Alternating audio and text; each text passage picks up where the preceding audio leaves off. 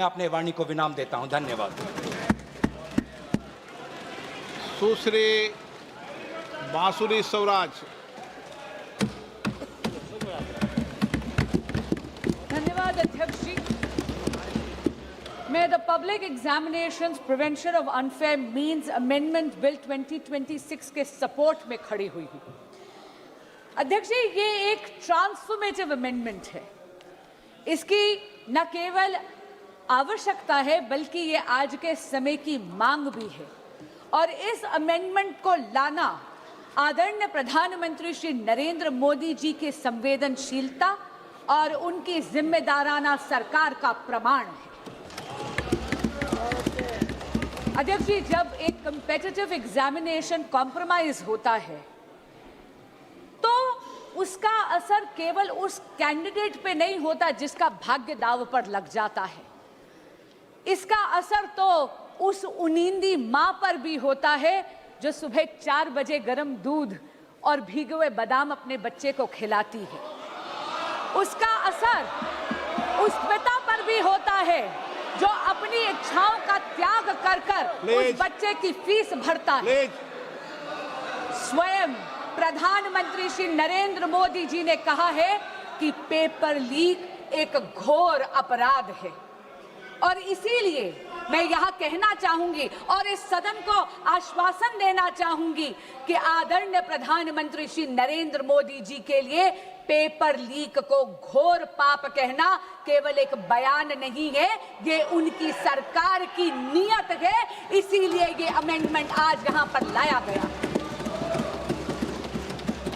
Speaker sir, a law is a living instrument.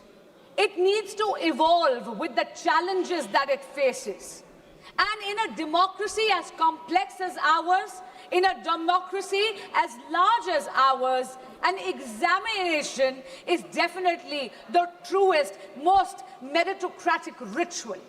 Because this is one ritual where under the same clock, the son of a laborer and the daughter of a CEO sit down, answer the same set of questions and get judged by the same yardstick.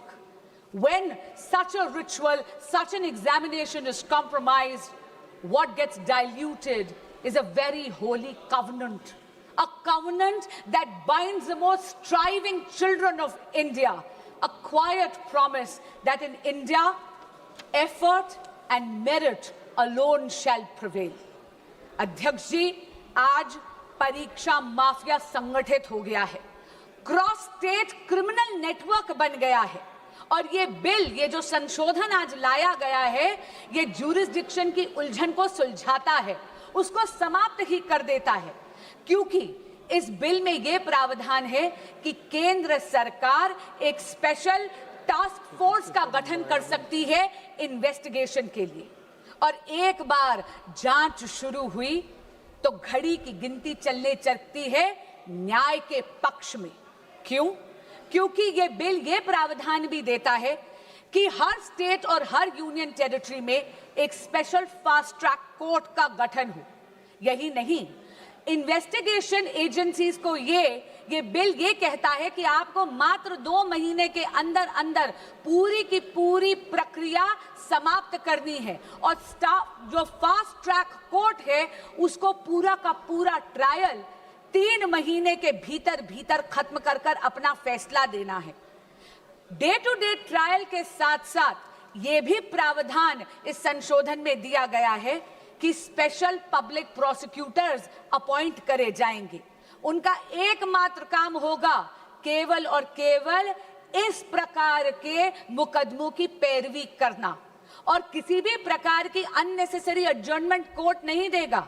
अगर किसी भी प्रकार की adjournment कोई भी पक्ष अगर लेगा तो उसके रीजंस जज राइटिंग में नोट कर कर देगा। और अगर किसी मुजरिम को ये लगता है कि अरे अपील कर कर वहां पर अपील का टाइम लंबा खींच लूंगा, तो अध्यक्ष जी मैं ये कहना चाहूंगी कि उसका भी ये उम्मीद पूरी तरह समाप्त करता ही ये संशोधन। क्योंकि ये संशोधन ये कहता है कि appeal directly division bench of high court को जाएगी। यानी कि जहां पर 2 जजेस न्यायपीठ पर बैठे हुए हैं और अपील भी मात्र 3 महीने के अंदर अंदर समाप्त कर कर उसका फैसला सुनाया जाएगा। अध्यक्ष जी, मैं स्वयं एक वकील हूं। हमें हमेशा एक लीगल मैक्सिम सिखाया गया, justice delayed is justice denied. यही आत्मा बन गया है इस संशोधन का और इसके लिए मैं आदरणीय प्रधानमंत्री श्री नरेंद्र मोदी और एनडीए की सरकार को बधाई देती हूं। स्पीड के साथ साथ ये संशोधन सजा को भी और कठोर करता है। आप ये देखिए कि अगर साधारण अपराधी है तो उसको 10 लाख नहीं 50 लाख का जुर्माना देना पड़ेगा अब, और उसकी सजा भी 3 से 5 वर्ष की बजाय 5 से 10 साल तक बढ़ा दी गई है। अगर कोई सर्विस प्रोवाइडर इसमें जुर्म करता है तो उसका जुर्माना बढ़ाकर 5 करोड़ रुपए कर दिया गया है और 8 साल के लिए उसको डीबार कर दिया जाएगा। और यही नहीं, अगर कोई क्रिमिनल ऑर्गेनाइजेशन इसमें है, कोई संगठित अपराध इसमें अगर पाया जाता है तो मिनिमम फाइन 10 करोड़ रुपए कर दिया गया है और जेल का टर्म 7 से 10 वर्ष कर दिया गया है। And therefore, Speaker, sir, this amendment protects merit, it preserves fairness and safeguards the dreams of India's youth. It provides for expeditious investigation. It provides for time-bound trial procedures while reinforcing institutional accountability across the entire examination ecosystem. This amendment is the product of a responsive governance by a responsible Modi government. But Speaker, sir, this reform is not in isolation. अध्यक्ष जी, प्रधानमंत्री श्री नरेंद्र मोदी जी तो वो नेता हैं जो youth lead development का मूल मंत्र देते हैं विकसित भारत के संकल्प को सिद्ध करने के लिए। और इसीलिए परीक्षा में चर्चा कर कर उन्होंने अपने व्यक्तिगत समय का निवेश करा है इस देश के युवाओं में। उन्होंने तो ये सुनिश्चित करा है कि हमारे देश का बच्चा एग्जाम वॉरियर से एग्जाम वॉरियर बन जाए। पिछले 12 वर्षों में शिक्षा के क्षेत्र में मोदी सरकार के अथक प्रयासों से रिफॉर्म एक्सप्रेस चल रही है। आप देखिए 12 सालों में अध्यक्ष ji, medical colleges and medical seats have doubled, दुगनी हो गई है उनकी संख्या। यही नहीं, आईआईटीज अब 16 के बजाय बढ़कर 23 हो गई हैं। IIMs 13 से बढ़कर 21 हो गई हैं। Functioning AIIMS, all India institute of medical sciences अब 7 नहीं, मोदी सरकार के कार्यकाल में 7 से बढ़कर 20 हो गई हैं। यही नहीं, नंबर ऑफ यूनिवर्सिटीज भारत में मोदी जी के कार्यकाल में 60% से ज्यादा हो गई हैं, बढ़ गई हैं। As far as higher education enrollment statistics are concerned, अध्यक्ष जी, 91 लाख additional students अब higher education के institutes में enroll करते हैं, जिसमें से 50 लाख महिला students हैं, female students हैं। और हाँ, SC students की enrollment तो 44% हो गई है। ST students की संख्या बढ़कर 65% हो गई है। अध्यक्ष जी, ये विस्तार केवल अफसरों का विस्तार नहीं है, ये सामाजिक न्याय का विस्तार है।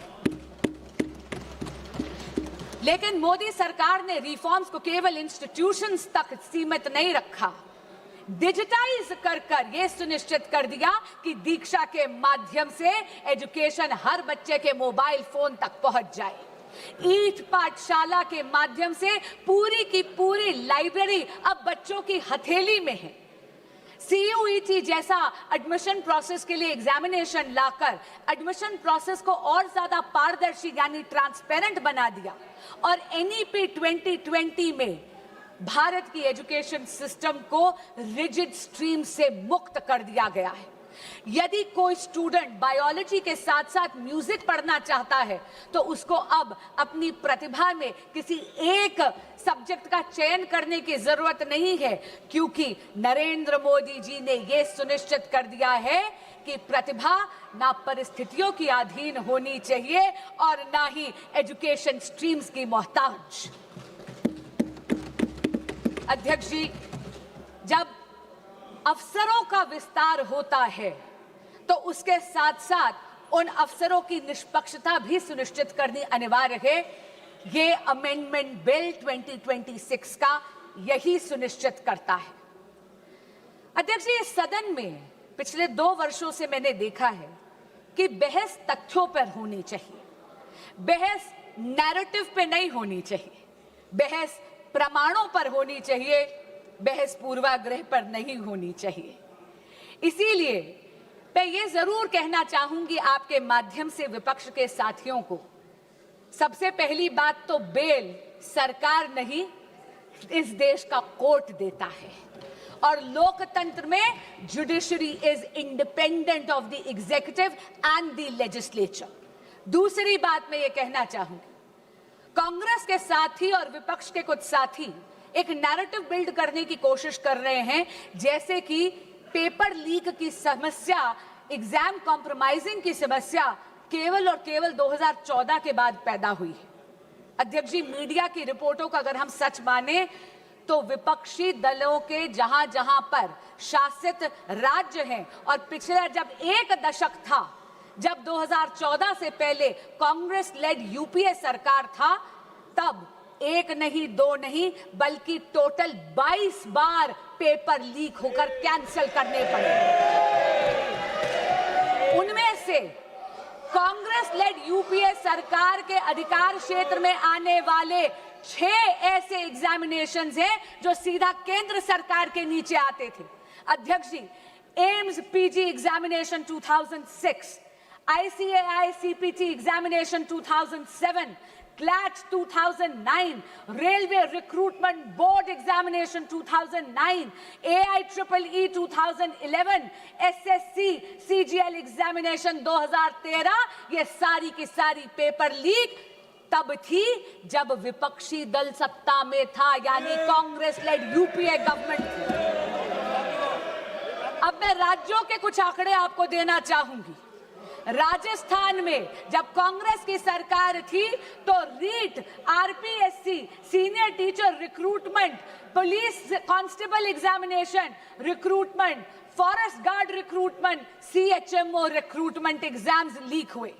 टीएमसी की जब सरकार थी पश्चिम बंगाल में टीचर रिक्रूटमेंट स्कैम में सुप्रीम कोर्ट ने 27,753 अपॉइंटमेंट्स को कैंसिल करा गया, क्योंकि उन्होंने उसमें फ्रॉड और मैनिपुलेशन पाया।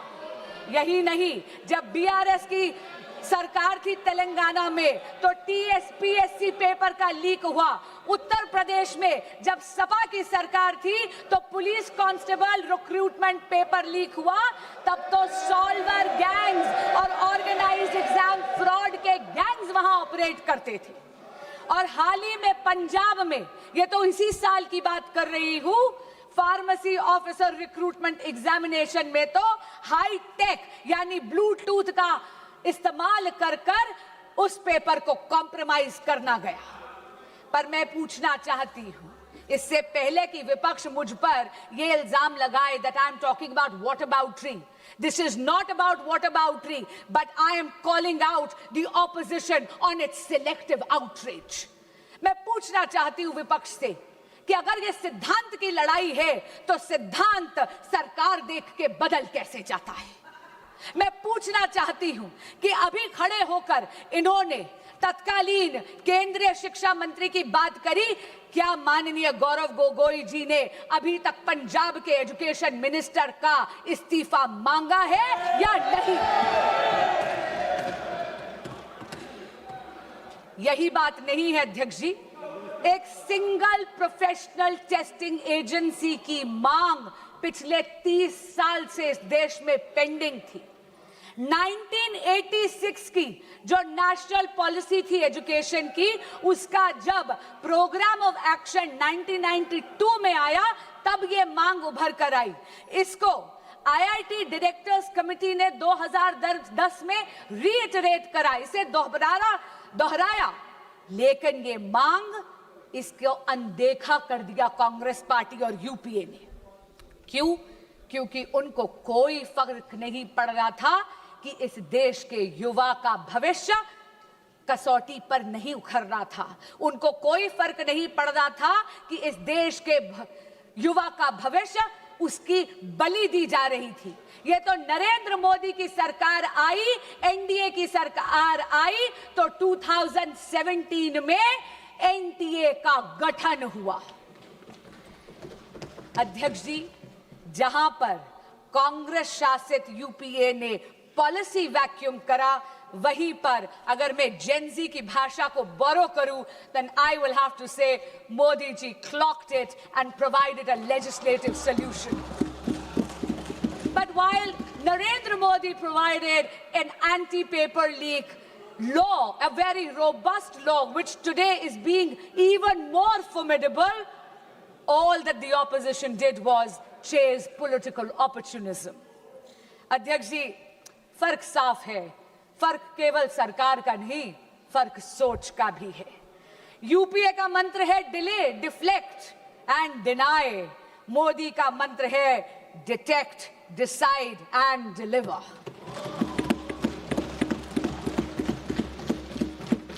इनका ये रवैया देख के अध्यक्ष जी, कवि दुष्यंत की दो पंक्तियां मुझे याद आती हैं।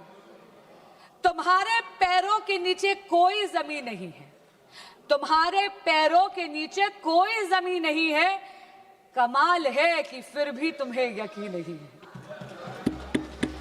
अध्यक्ष जी, अपनी वाणी को विराम देने से पहले मैं ये जरूर कहना चाहूंगी कि बात राजनीति की नहीं है, बात इस देश के युवाओं की है।